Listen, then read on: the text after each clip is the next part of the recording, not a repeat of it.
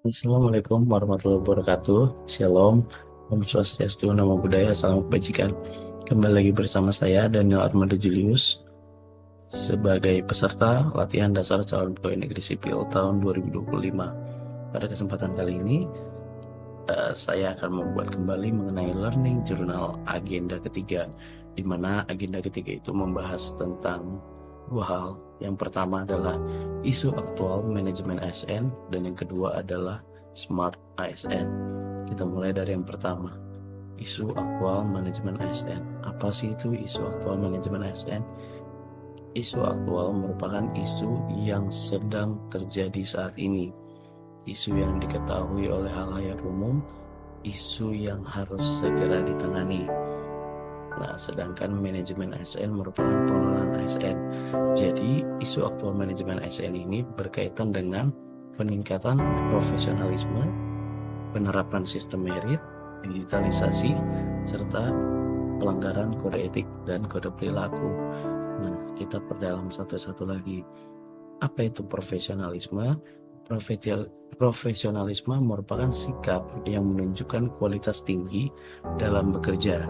Kemudian sistem merit adalah kebijakan dan manajemen berdasarkan kualifikasi dan kompetensi tanpa melihat latar belakang, suku, agama, ras, budaya. Jadi sistem merit merupakan kebijakan dan manajemen yang berdasarkan kualifikasi dan kompetensi. Kemudian digitalisasi itu apa sih? Seperti yang kita tahu, semakin berkembangnya zaman, maka penggunaan teknologi semakin modern. Nah, itulah yang dinamakan digitalisasi, di mana hal-hal yang ada sekarang itu menuju pada penggunaan teknologi digital. Nah, jadi kita sebagai aparatur sipil negara juga dituntut untuk dapat mengikuti perkembangan zaman. Kita juga harus bisa menggunakan teknologi, memanfaatkan teknologi, dan yang lain sebagainya. Kemudian yang terakhir adalah pelanggaran kode etik dan kode perilaku.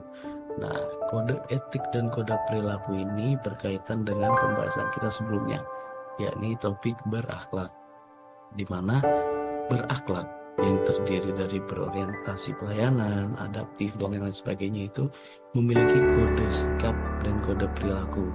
Dan itulah yang merupakan core values atau nilai dasar seorang aparatur sipil negara. Nah, kemudian yang kedua kita akan membahas mengenai Smart ASN. Nah, dari kata-katanya seharusnya kita sudah tahu ya, Smart ASN berarti ASN pintar. Nah, ASN pintar ini berkaitan atau berhubungan pada hal digitalisasi. Nah, digitalisasi atau literasi digital. Apa sih itu literasi digital? Literasi digital merupakan kemampuan kita dalam hal digital. Jadi, seberapa besar kemampuan kita untuk mengetahui, memanfaatkan, menggunakan, bahkan menciptakan.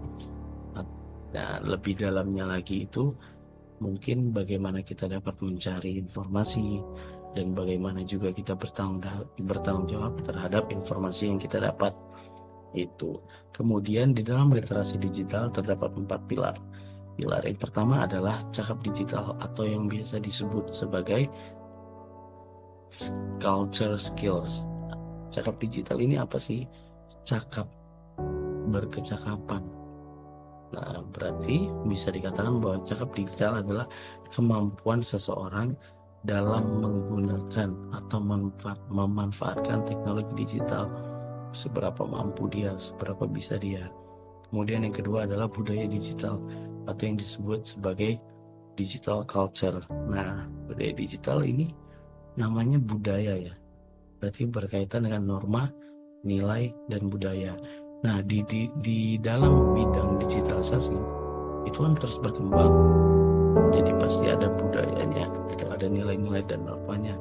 Nah, kita itu diminta untuk memahami. Jadi, culture digital merupakan pemahaman kita mengenai norma, nilai-nilai, dan budaya dalam bidang digitalisasi. Nah, yang ketiga adalah etika digital atau yang disebut digital ethics. Nah, di situ sudah disebutkan etika ya. Berarti ini berkaitan dengan sikap dan perilaku.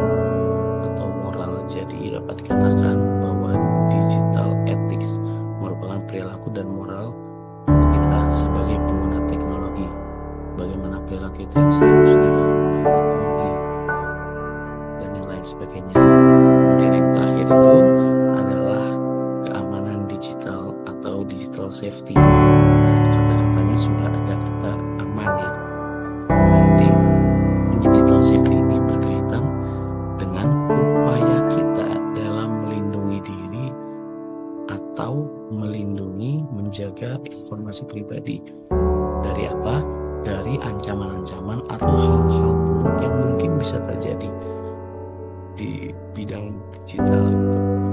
Jadi digital safety ini merupakan upaya kita untuk melindungi diri kita dalam bidang digitalisasi itu.